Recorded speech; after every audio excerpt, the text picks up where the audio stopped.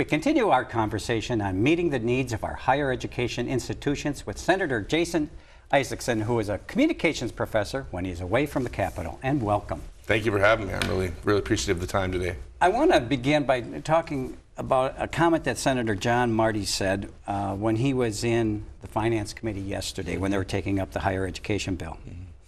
And what he explained to the members was that in 1968, a full-time student could work 6 hours per week at minimum wage and pay for tuition and fees to attend the University of Minnesota. Today, that same student would have to work full-time. You were in the classroom teaching. How bad is it for students? It's remarkable. The students I have at a community college are all working, almost all of them full-time, and their work gets in the way of their studies a lot.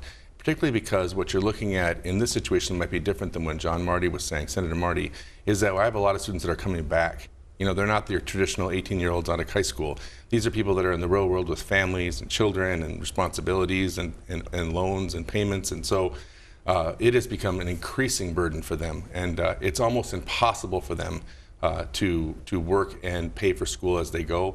I have several students that will go for a semester, take a semester off, and go for a semester, which just prolongs the process and, frankly, prolongs their time of getting to the workforce and the job or career that they want. So it's incredibly problematic. Well, the Senate did something in their bill. They offered an increase in the grants, $23.4 million. Is that enough? It's not focused correctly. I think the grants are important.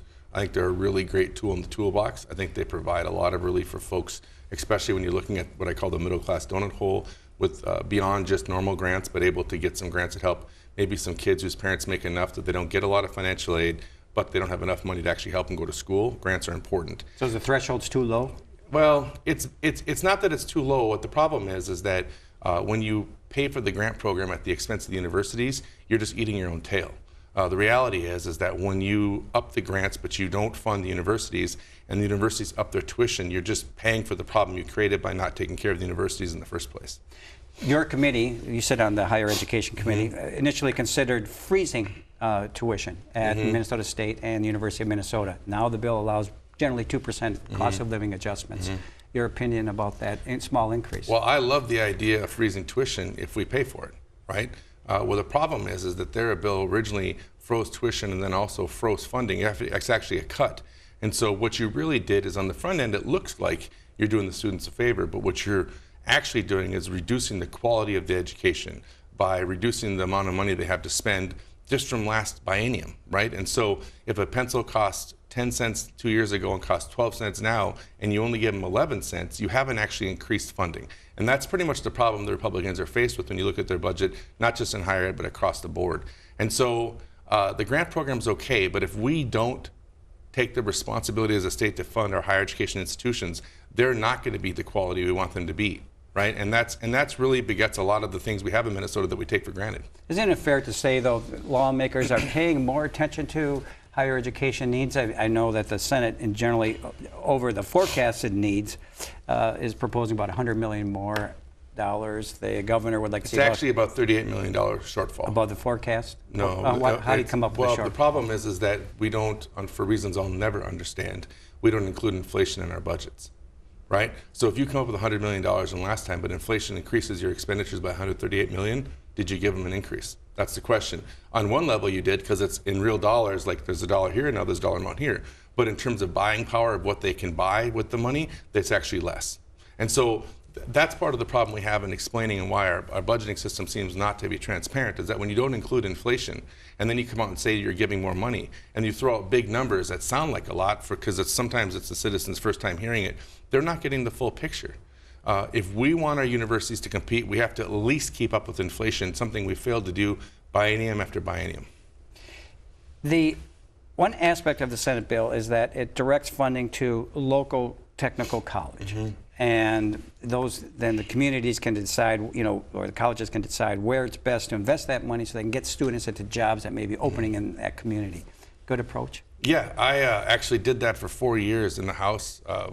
Both terms of mine that I had in the House, I did that exact thing where I went in and I help the schools find a way to make them much more flexible than usual by paying for the professor outright rather than doing it by credit, giving the professor the freedom to meet into the labor market and the job market in their area and find a way to meet the demands to help those businesses, especially small businesses who I focused on, to become successful. So I think that can be a really productive approach, especially when you look at understanding that Minnesota is a nuanced regional labor markets all over the place with different approaches. Up in my area, we have 3 of the biggest Fortune 500 medical device manufacturing companies. Up north near, is it Staples up there, where they have some of the biggest CNC machinery operations there. And so meeting the needs of those areas is important, and giving them that flexibility is really important. And that's the future of education, shaping education to fill vacancies. It has to be, at least in the career technical community college approach. That's one way we can make them very viable and an integral part of our economy. There's an interesting provision, and I believe this was authored by Senator Cohen, the former Senate Finance Chair, called College Possible. It's designed to help low-income students graduate through more coaching and support. Your thoughts on that approach? I think those approaches are really important as a part of a bigger picture. I mean, by themselves, they're obviously not going to solve the problem, but you know, what we're slowly beginning to realize, and I think teachers have known this for a long time, and it's been difficult to get administration and the state to understand, is that our philosophy of teaching in the past has been difficult and hard for students because it's a kind of a one-size-fits-all model. We want you here, and we're going to bring you here. And the reality is that a teacher's job, and what I do every day in the classroom, is I find where you are, no matter what level you're at. I reach you where you are, and I bring you to where you need to be.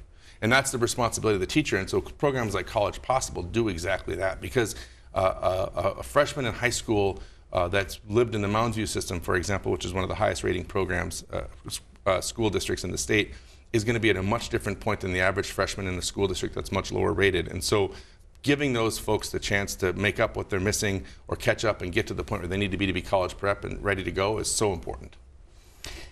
If you were chairing the Senate Higher Education Committee, what would you do differently? You're in the classroom, you see, you live this life. What would you do differently? I think that we'd have to ask some serious questions. I have some ideas. I think that we're going to have to move towards, if the work shortage continues, looking at making two-year colleges a part of a package that doesn't cost a lot of money, especially if you make under a certain amount, maybe even free.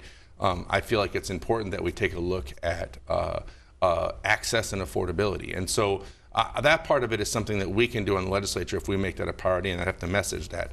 The other thing I would do is I would go down to that level, and I'd get into the lowest level of administration and the professors, and I'd ask them, what are you missing? What do you need? What can we do to make this better? And I think universally what I'm hearing is that we need more folks that are either guidance counselor or mental health counselors, because the number one thing I spend outside of the classroom doing besides being a teacher is being a career counselor. I am helping them focus and get where they need to go, because the schools just don't have the resources to give them what they need. And the folks that are there managing so many people, it's hard to be individualized, where I have the luxury of having been with them all semester and developing a relationship. So I have an idea of where they're at. So when they ask me questions, there's a deeper understanding there. We just haven't provided the funding for school counseling, career counseling, and psychological counseling, which obviously I'm not qualified to do, nor do I do, to provide that option. And so we need, if I was spending money on anything, that's one area I would invest in, along with trying to switch the tide back to where the state used to manage 60 to 70% of the cost and the students was 30 to 40, and that switched. I would work really hard to bring that back. Quickly, before you go, I do have to ask about filling the vacancies in the University of Minnesota Board of Regents. Usually that's done by this part of the session. Can we move the ball forward? I think the ball is going to move forward. I think this is an example of some posturing by my friends across the aisle to try to give somebody a black eye. The session isn't done. We've got 4 weeks left, well within the margin by which we can sit down and talk about this. It's a negotiation process. It's been a long process. I think it has gone a little longer. What's holding it up? I think there's some disagreement about where votes want to be, right? You have 107 Democrats. I think it's like 100 or 99 Republicans.